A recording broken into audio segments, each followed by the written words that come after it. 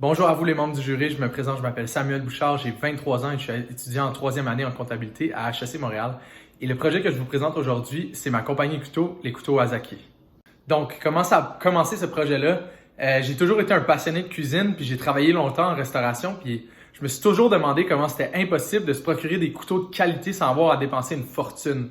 Juste une petite mise en contexte, en ce moment dans l'industrie, il y a vraiment une couple de gros joueurs, puis ces gros joueurs-là mettent leur prix extrêmement élevé pour générer des marges de profit assez suffisantes pour vendre en retail, que eux, le retail, se prennent 50% des marges. Donc, ce que j'ai fait avec Asahi, c'est d'avoir l'idée de vendre à travers ma plateforme e-commerce, donc couper le middleman qui est le retail. Ça, ce que ça m'a permis de faire, c'est mettre mes prix de vente beaucoup moins élevés que mes compétiteurs.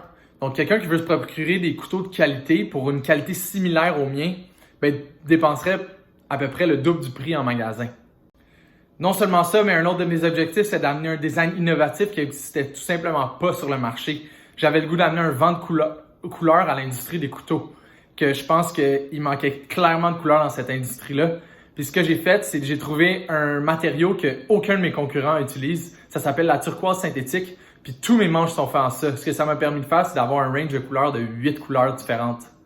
Comment est-ce que je suis arrivé à faire ça? Dans le fond, moi j'ai un background en design, j'ai déjà étudié là-dedans. Donc, j'avais déjà de l'expérience dans le domaine.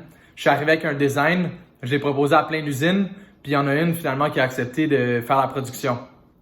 Le marché des couteaux de cuisine, c'est un marché qui est extrêmement en croissance dans les 10 dernières années. Il a été évalué à 1,5 milliard de dollars US en 2019.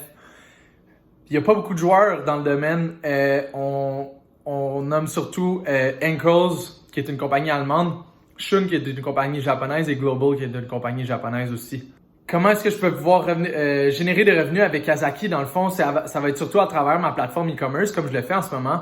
La preuve que ça marche, sur la première batch que j'ai commandé, sur les 400 unités, j'ai vendu les 400 avec un prix moyen unitaire autour de 110 $. Ça vous donne une idée de combien j'ai pu générer avec ça.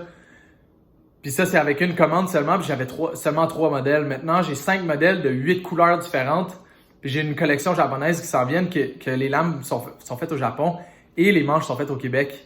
Donc, je suis passé de 3 produits en l'espace d'1 an à plus de 50. Un autre domaine qui n'est pas à négliger, c'est sûr que les ventes corporatives, c'est très important. Sur les 400 unités que j'ai vendues l'année dernière, il y en avait 100 là-dedans qui étaient une vente corporative d'une compagnie publique qui voulait offrir ça à ses clients. Je pense qu'un cadeau, un couteau de cuisine, c'est le parfait cadeau de Noël à donner parce qu'on peut donner ça littéralement à n'importe qui.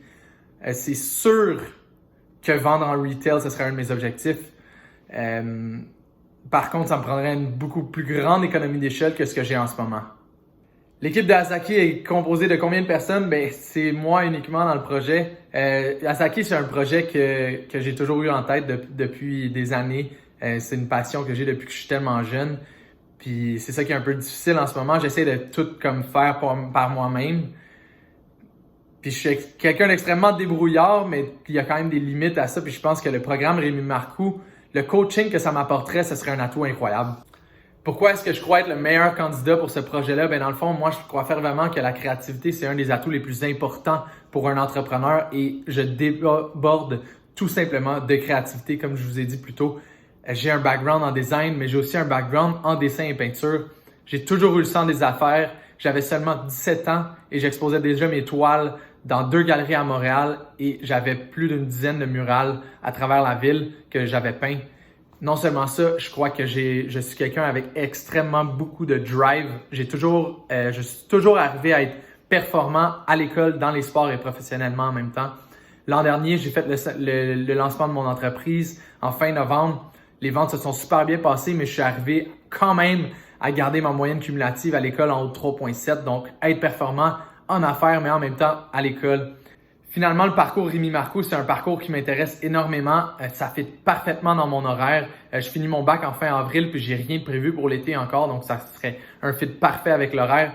Puis je pense que ça me permettrait non seulement de m'accomplir en tant qu'entrepreneur, mais aussi d'amener mon projet d'Asahi à un autre niveau. Je vous remercie beaucoup. J'aimerais vraiment ça vous en parler en personne. Au revoir.